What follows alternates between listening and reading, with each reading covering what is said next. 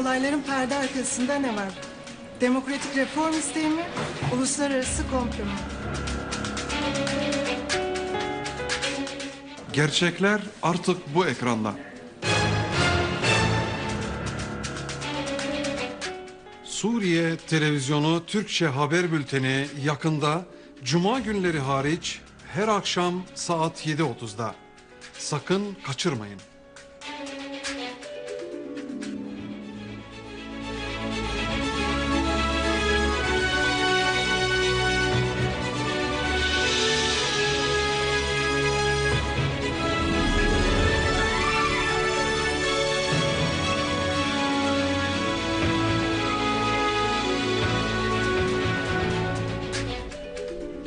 Syria declares that the civil Syrian plane forced by the Turkish authorities to land in Ankara carries no weapons or prohibited commodities of any kind.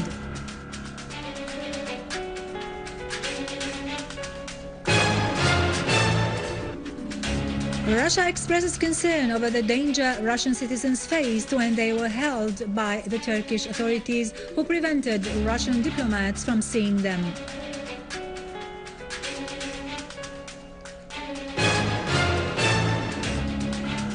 Our armed forces carry out qualitative operations in Aleppo, Homs, Latakia, Al-Raqqa and Damascus suburbs, inflicting heavy losses on terrorists.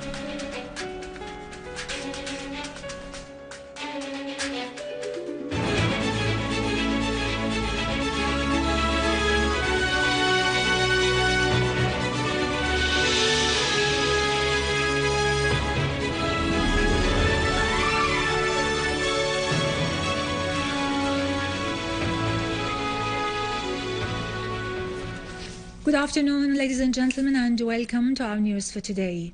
The Foreign and Expatriates Ministry has affirmed that all the cargo carried on board the Syrian civil plane that was forced by the Turkish authorities to land in Ankara airport were properly registered on the legal shipment policy and the plane's cargo manifesto, and that the plane carried no weapons or prohibited commodities of any kind, in conformity with the internationally recognized good reputation that the Syrian Arab Airlines enjoys. The Syrian government asks the Turkish authorities to ensure the safe return of all the remaining contents of the plane, the Foreign Ministry's statement added. It pointed out that the Turkish government has violated international laws and agreements through militarily forcing the plane to land, despite the captain's refusal to amend the trip's flight course, thus threatening the safety of the plane and the passengers, through the sudden appearance of the military warplanes without justification or previous alarm, not to speak of detaining the civil passengers for long hours and mistreating the crew. The Foreign Ministry said, "This Turkish hostile and repulsive conduct is an additional indicator of the hostile policy pursued by the Erdogan government, if we take into consideration its acts of training terrorists and giving them shelter, and its artillery bombardment of Syrian territories." The Foreign and Expatriates Ministry added in its statement that despite the indicated hostile behavior of the Turkish government, yet Syria still holds on to the friendship relations that bind the Syrian and Turkish people's relations, that are bigger and more important than any government. The Syrian passengers plane Airbus 320 bound to Damascus from Moscow arrived in Damascus at 5:10 a.m. today. The plane had been forced to land in Ankara airport yesterday. Director of the Syrian Arab Airlines establishment, Ghida Abdullatif, said that the Turkish authorities assaulted the crew after the latter refused to sign that the plane was in a case of compulsory landing. Abdullatif added that Turkish F-16 warplanes forced the Syrian plane to land for inspection without notifying its captain in advance. She pointed out that international procedures were not applied and the Turkish civil aviation was not notified in advance, which almost caused a flight accident to happen.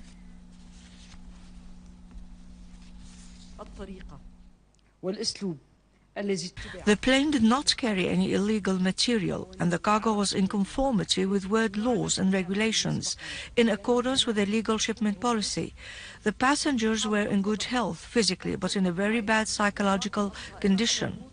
Syrian Airlines establishments will lodge a complaint at the International Aviation and Arab Aviation Federations, as well as at the all international and humanitarian organizations, to protest maltreatment of the crew and the passengers, as it is known that any inspection operation should be usually prepared for in advance.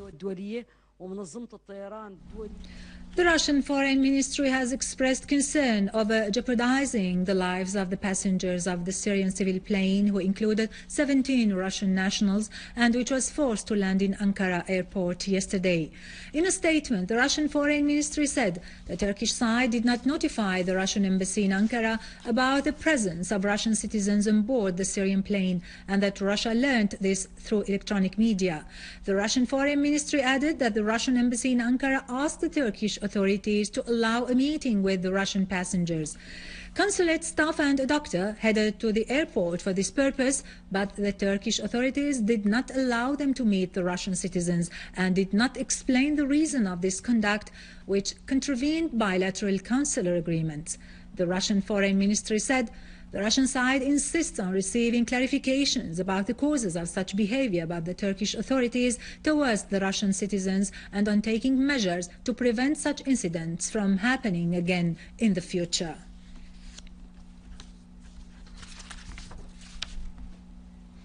Within the same context, a top-ranking Russian source at a Russian arms exporting establishment has dismissed as groundless reports about the presence of any kind of weapons or military equipment on board the Syrian passengers plane, which was forced by Turkish warplanes to land on Turkish territories in its trip yesterday, bound to Damascus from Moscow.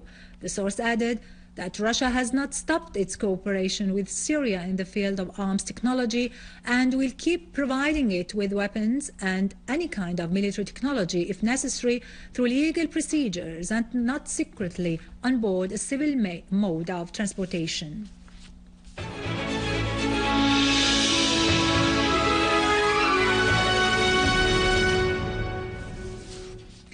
In Aleppo, our armed forces have continued to carry out several qualitative operations in cleaning Aleppo and its suburbs from the mercenary terrorist groups.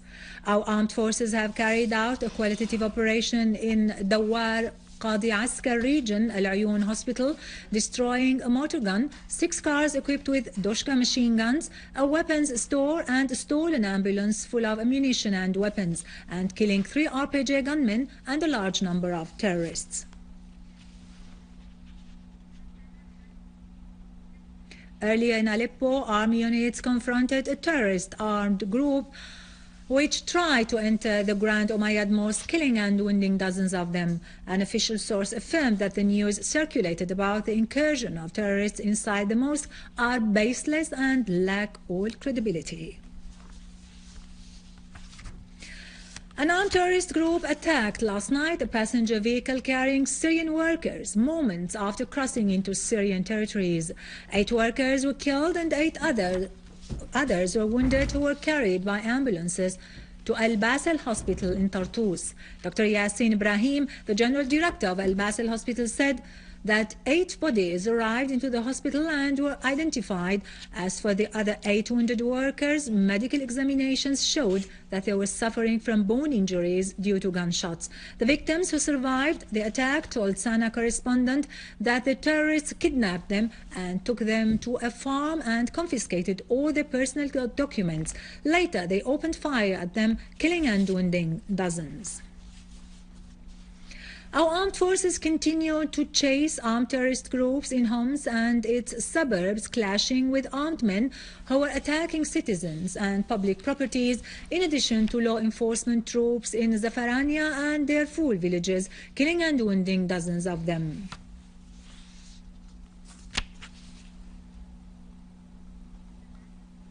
In Latakia, authorities, in cooperation with local residents, confiscated a number of automatic rifles and hand grenades, in addition to highly explosive materials, in a deserted apartment in Ali Jamal Street in the city, which the terrorists used for manufacturing explosives.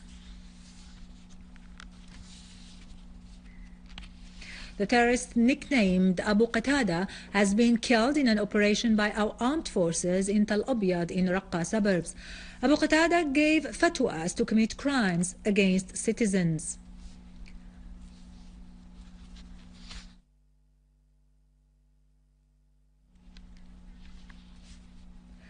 Our engineering units have dismantled a number of explosive devices planted by terrorists on the agricultural roads in Zabdin farms in Damascus suburbs. Moreover, an army unit eliminated an armed terrorist group that spread panic among citizens in Al-Mleha in eastern Ghouta in Damascus suburbs. In the same place, 9 mortar guns were found.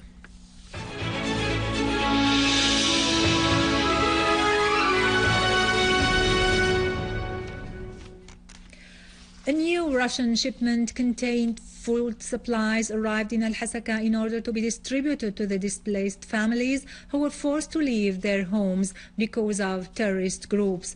The governor of Al-Hasaka, Khadr al-Hussein, pointed out that the aid shipment indicates the deep friendship ties between Syria and Russia, pointing out that food materials will be distributed in cooperation with the Syrian Red Crescent in the governorate.